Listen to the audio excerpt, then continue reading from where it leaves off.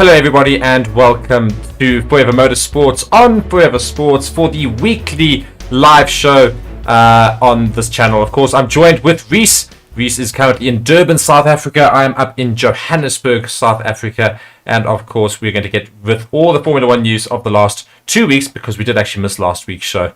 And then, of course, we're going to go with all the information, hopefully leading towards the next Grand Prix and all the things happening this month in F1. Reece, how have you been in this horrible break where we've got no racing?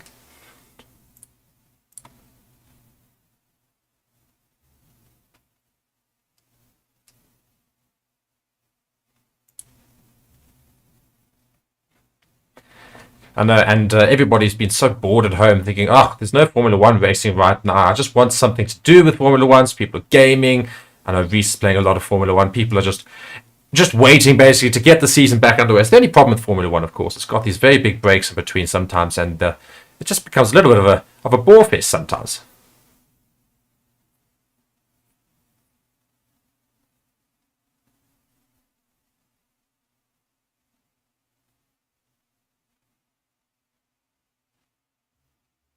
Yeah. And I think we'll just head on straight into the news, of course, for this week. So if we go and look at one of the main things, of course, the title of the show, and it's not necessarily the main thing, but certainly just things to talk about. We're going into Formula 1 for the year. And the Mirror has released an article. It's titled, rather unashamedly, saying, Christian Horner is concerned as Mercedes and Ferrari F1 paddock rumours threaten the Red Bull team. Now, basically, what the article goes through, and I'll read a little bit of it, but it basically goes to the fact that Red Bull and Mercedes and Ferrari are going to be putting a hell of a lot of improvements and have said that they've got major improvements coming for the car for the rest of the season. And so he's worried that he reckons that they may well kind of fight back in the latter half of the season. And for all that Red Bull have been dominant in the beginning, it's not necessarily going to hold true as the rest of the season takes place. So there's going to be a lot of fighting from other teams. Of course, a very long season, 23 races. We've only had 3. So people are saying, oh, it's Red Bull running away with it already. And no doubt, Red Bull are looking very strong. But there's lots of time for teams to come back.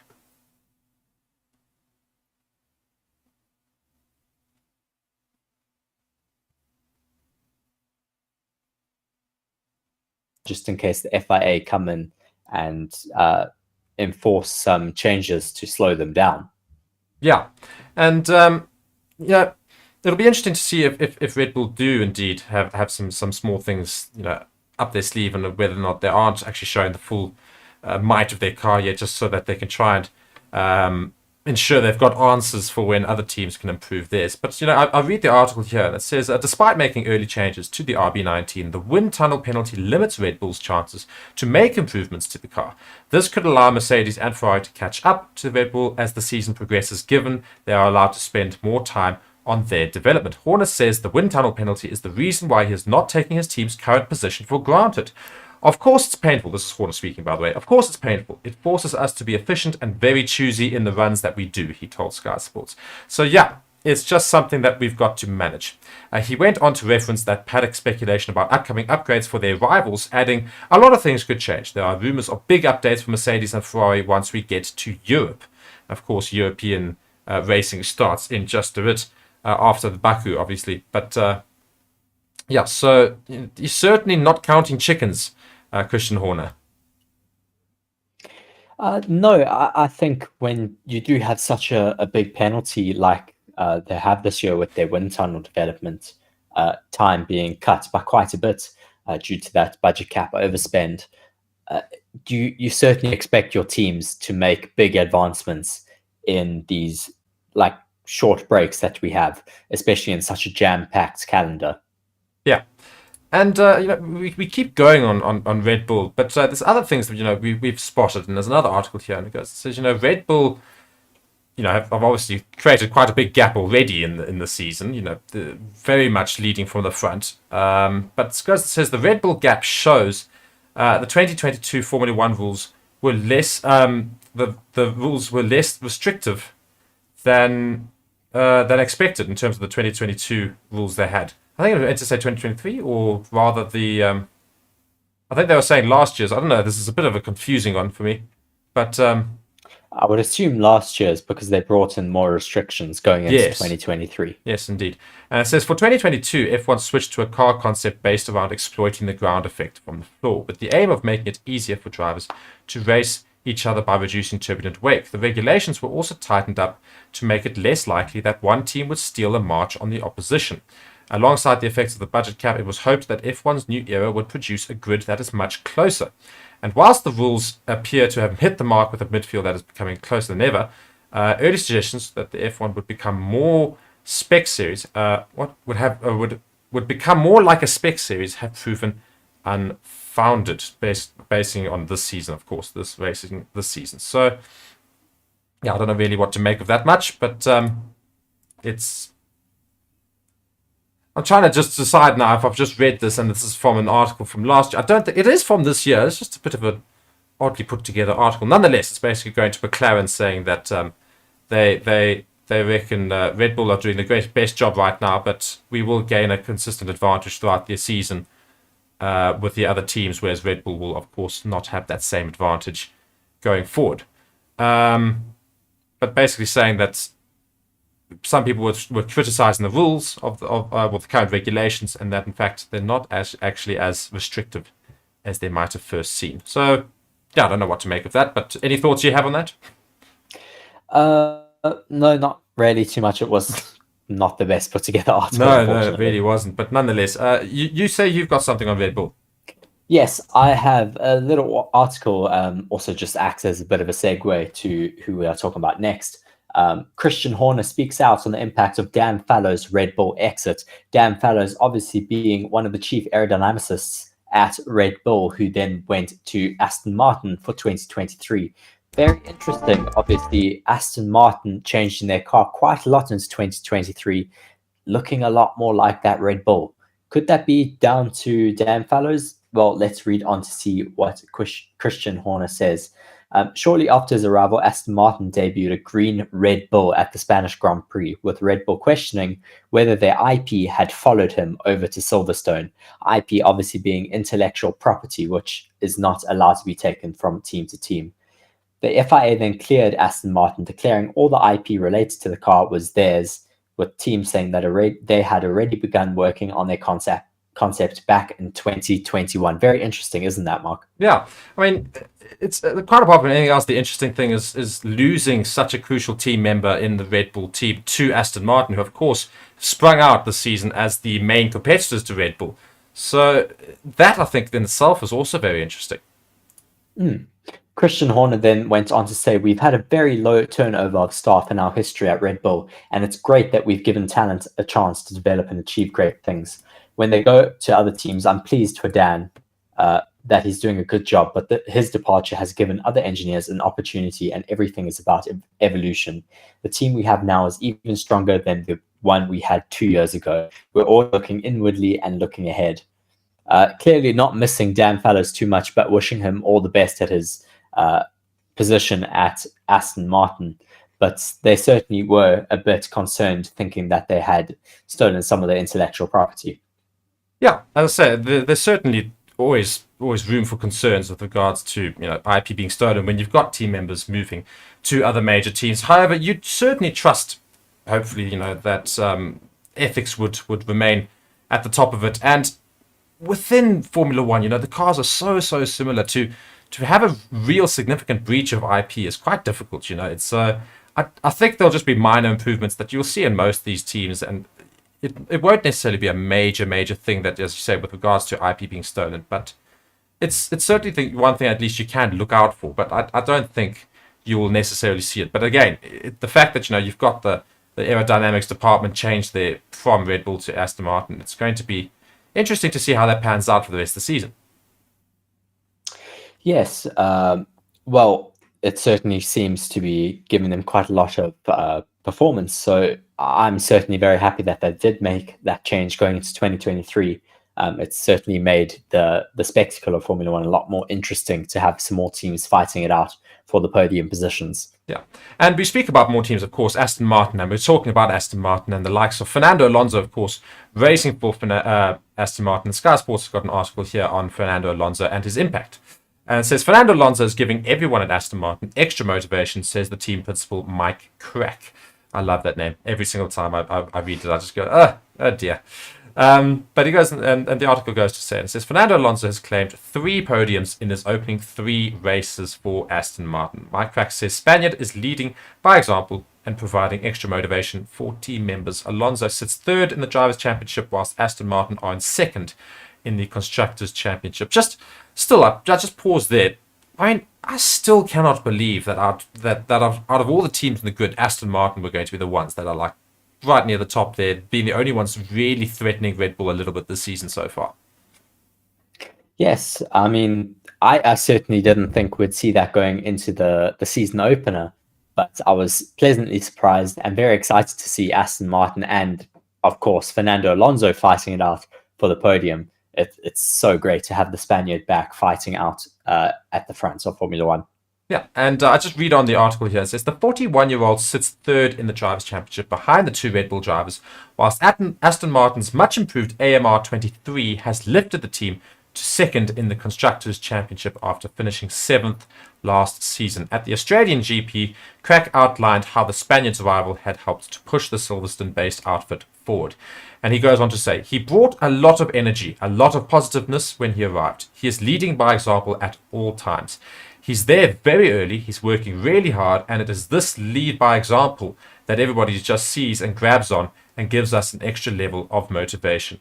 And I think the singing of the name, and this is in reference by Aston Martin mechanics after the Saudi Arabia GP podium, was like a confirmation also for him that he really brought a lot into the team. Of course, a lot of people watching Formula One would also know that Aston Martin team just looks to be really enjoying themselves at the moment, probably having the most fun out of any team right now.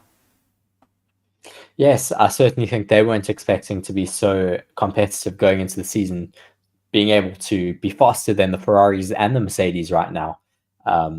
Will we see Fernando Alonso, though, getting that first race win in a decade, his 33rd win in his Formula One career? That is what is yet to be seen. And I've got also another article here from Formula One. They were talking to Max Verstappen, asking him if he thinks Fernando will get that 33rd win. Max said here, I think Fernando should have won already a lot more races than he has done. I think he deserves a lot more, said Verstappen. So I would be quite happy to see him win number 33, but I also, in a way, would like to see him win more. So we'll see in the coming races.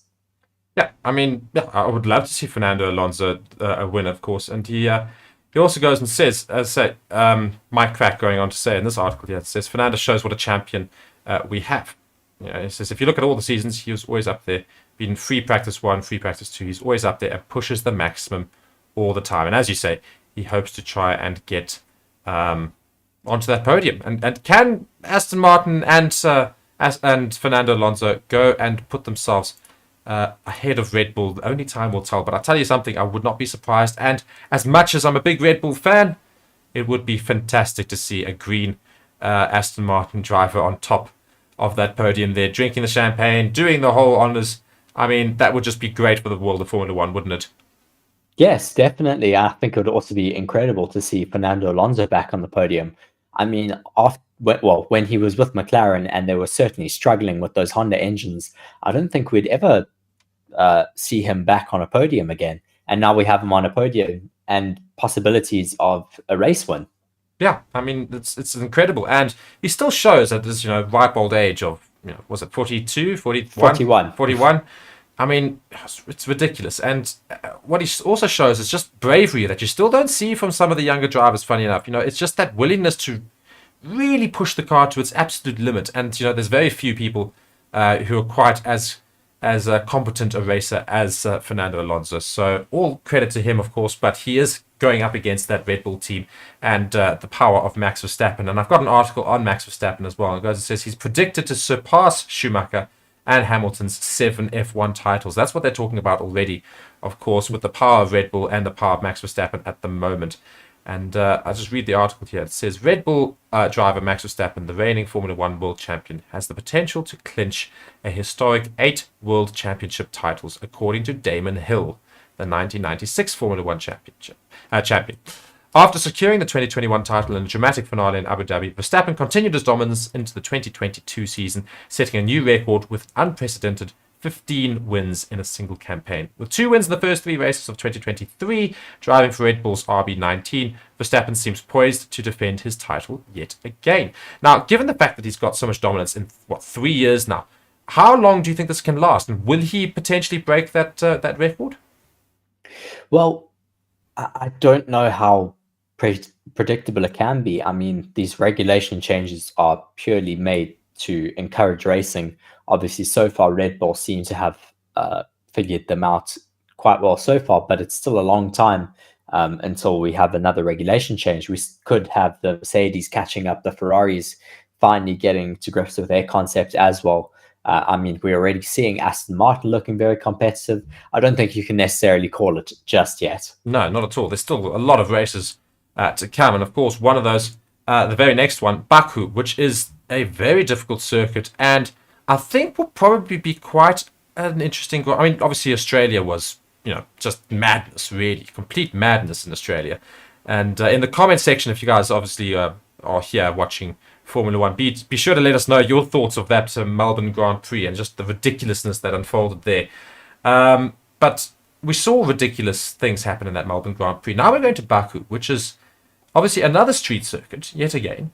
And it's got the longest straight out of any track on the calendar. It's got a ridiculously long straight, that. And at the same time, throughout the rest of the track, it's very, very narrow and very, very likely to have safety cars. Now, what sort of a madness are we going to see in Baku? Is that going to be another race where we suddenly see potentially Red Bull maybe not win? Well, historically, it's quite a difficult race. A lot of safety cars due to those very narrow corners, especially leading into that castle section. That is certainly the most difficult section on the track. We've had quite a few crashes there in the past. Yeah, and it's very difficult to predict Azerbaijan due to this. So, I mean, we've seen how Mercedes and Ferrari have fought all the way to the end of a race here.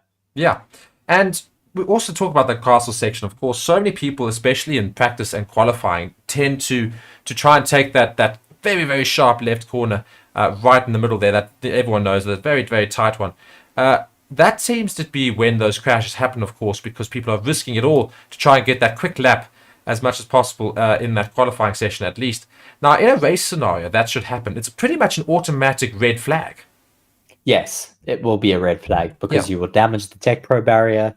I mean, and we've seen how trigger happy they are on the red flags at the moment. Exactly. We might end up with like 5 or 6 red flags on the race. Which is why, I say, I think for all that Melbourne was madness, I think the Baku circuit is going to be even more so, because if we should have one crash, it's just going to result in so many more.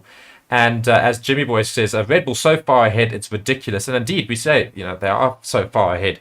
But Baku could throw a little bit of a spanner in the works, because if one single Red Bull crashes in Baku, or at least gets a seriously bad hand dealt to them, and both Aston Martin and someone make it to the end, it suddenly makes it for interesting viewing, because Aston Martin have been, should have got a few more points than they have. It's very disappointing that Lance Stroll was unable to finish one of those races. But the Aston Martins are looking very strong right in the tails of Red Bull, and if they should just consistently get enough points, and they start to challenge even more so, Red Bull's going to have a real problem on their hands. I think Azerbaijan's also going to be a very good track to look at in terms of comparing the gap that has come down, hopefully, over this little break. It should be a track that certainly plays to Red Bull's car, but will the other teams be able to have made some gains over that break that we've just had? I know, and last season we always talked about Ferrari through the corners and Red Bull on the straights, and this season Red Bull just seemed quick everywhere, but still, especially on those straights. And it's got such a long straight in Azerbaijan. I almost feel like Red Bull could take 2 cars in one go. That's the sort of pace that they've got. Open that DRS, and if Max Verstappen finds himself in third behind, let's call it Fernando Alonso and Charles Leclerc in first and second, I reckon that Red Bull with DRS could probably take both of them if they're punched up enough, because that Red Bull is just so ridiculously quick. Yes, it works very well down the main straights due to having that double or triple beam wing, which gives it that double DRS and just makes it absolutely lightning fast down the straights. Yeah. But that, of course, is to come. That's not this weekend. That's the following weekend. That's next weekend in Azerbaijan. 30th of April. Correct, yeah. 30th of April, that will be the race. It's that weekend, at least.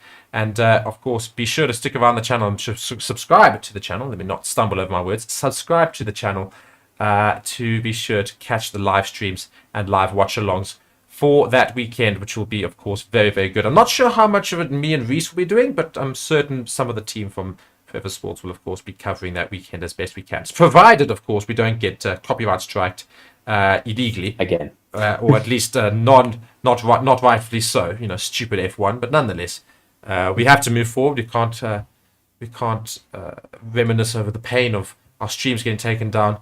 But what we certainly will be doing, though, is streaming the race on Formula One 2022 beforehand on the Thursday. Well, we don't know when we're going to do it. Uploading that stream. We don't know quite when we're doing it yet. But as you say, yeah, we will be, of course, racing ourselves, the Formula One, well, for Forever Sports team at least. And Reece is looking to try and come back at me as I'm currently leading the pack. Yes, that's what happens when people get taken out in the first two corners, unfortunately. Yeah. Lots of complaining. Of course, that's news as well. Following the Forever Sports team who go and race around in the Formula One game. And we've got a whole leaderboard and we've got our own championship happening, which is very competitive. And be sure to go check that out. That's on Forever Sports Extra. Be sure to go and check that out as well. And I just want to go to one other article here whilst we're in our show, just before we start to close things around. And that's going to Nico Rosberg, who's revealed why he retired in F1 after his 2016 title success. I know this is Reece's least favorite driver. He can't stand this man. I used to really support him, but I don't know. Nowadays, he irritates me. And I read the article now. It's from Planet F1. It says, Nico Rosberg rose to the Formula One summit with Mercedes by becoming world champion in 2016 and quickly headed for the Formula One exit door from there. He and Lewis Hamilton developed one of Formula One's fiercest rivalries as they battled for title glory as Mercedes teammates, a partnership where Hamilton more commonly came out on top in terms of title successes, winning the 2014 and 2015 crowns. But the following year, it was Rosberg's turn to become world champion for the first time. As it turned out, only time, as well as he would, in the aftermath of that success, confirm his retirement from Formula One, which was very bizarre at the time. And he goes and says, speaking in an interview with Men's Health magazine, Rosberg served to shed further light on why he made that shock decision at the time. And he says he was afraid that at some point he wouldn't be good enough and that no team would want him anymore, said Rosberg. And, want me anymore, but this is what Rosberg was saying. Rosberg speaking now, I wanted to decide for myself. So basically, he was saying that, he didn't want to, carry on and wasn't certain of doing well in Formula One and wants to end on a high note. Is that the right decision? Because you look at Fernando Alonso now, of course, he's been way out of any sort of title argument for a while now, but certainly turning heads this season. Do you think that Rosberg should have stayed around? Well, I think he'd made up his mind at that point. I think as a driver, once you change your mind and decide to move on from racing and be more with your family and all of that, I think you don't necessarily change your mind and you don't think that it's a bad decision. I mean, we see Sebastian, he could have had an extremely competitive car this year, but he is happy to be at home with his kids and his wife. I think it's for their best decision. It's what makes them happy at the end of the day. And also don't forget how much money these guys make, so they really don't have to stick around for the money. Yes, and I mean, now Nico Rosberg, I think he does a lot of commentary for Sky Sports in Germany. So he's still very involved in Formula One, and I'm sure Sebastian Vettel will still be very involved, as we're actually seeing quite a lot of rumors of him taking over from Helmut Marko. Yeah, that would be insane, wouldn't it? It would be great, wouldn't it? Definitely. And do you have anything else before we start to close up the show? I think maybe a couple of articles, or perhaps, we'll just edit out with a small discussion. I think I just had one more article that I enjoyed reading, just saying Mick Schumacher's explained how his new Mercedes reserve driver role has left him feeling shocked.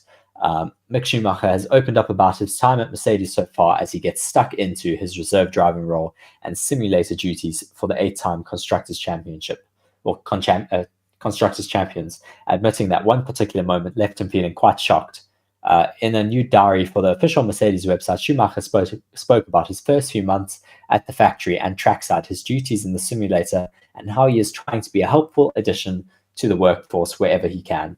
Since he joined Mercedes, he's been setting out in a great... settling in great, sorry. Everybody is just so open-minded towards him, and that they're making him feel very welcome in Brackley. He's still getting used to the new level of preparation that you see here and trying to soak up as much information as he can. There's still a lot of people I haven't met yet, but it's getting fun. It's been fun getting to know as many colleagues as I can. My main focus up to now has been working in the simulator because I've raced a car until this new set of regulations. I have a good understanding how to drive them, which has helped me in my role so far. Just looking for why he's shocked, but I think I did read this a bit earlier. It was due to the fact that he is involved a lot more in Mercedes in the engineering discussions that happen compared to when he was at Haas Formula One team. They did not include the drivers as much in their engineering conversations. Obviously, it helps a lot with these drivers to be included in that, as at the end of the day, they are the ones driving the car and have to be comfortable in it. Yeah, and so it's an experience of different teams for Mick Schumacher there. Coming from Gunther Steiner's Haas, of course, very autocratic there. Gunther Steiner is the law, and of course a very interesting character within Formula One. Everybody loves loves Gunther. They all love Gunther's character, I think, for dramatic purposes. Quite a Bus character, but nonetheless, I think Mick must be enjoying being at Mercedes in terms of environment a little bit more than Haas. I feel like he was very much made a scapegoat in Haas. Yes, for sure. I definitely think he's a lot more comfortable at Mercedes. Obviously, Toto Wolff was a friend of Michael Schumacher's, so he'll also be very he'll feel very entitled to look after Mick due to the fact that he knew Michael. Yeah, but we don't want nepotism, do we? We want him there on merit, and I do think he's got the merit, and of course he definitely has the name. But I would love to see Mick Schumacher back in a team that supports him in Formula One. Hopefully, we'll see him back next season. But that is, of course, lots of things that we're going to look forward to in the future of Formula One. Guys, I think we're going to start wrapping it up there. And Reece, any final words you have on Formula One at the moment? Last thing is just that Carlos Sainz has his appeal set for tomorrow morning. So he will be having that appeal on his penalty in Australia. So we shall be keeping quite close eyes on what happens with that tomorrow morning.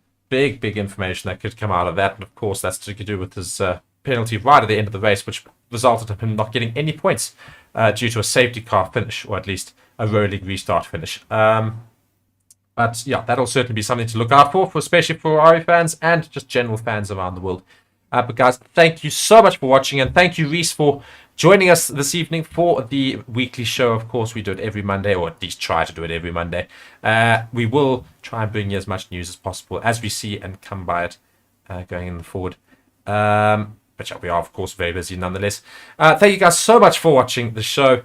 And on Forever Motorsports and Forever Sports, I've been Mark, Reece has been Reece, and have a great week. Goodbye.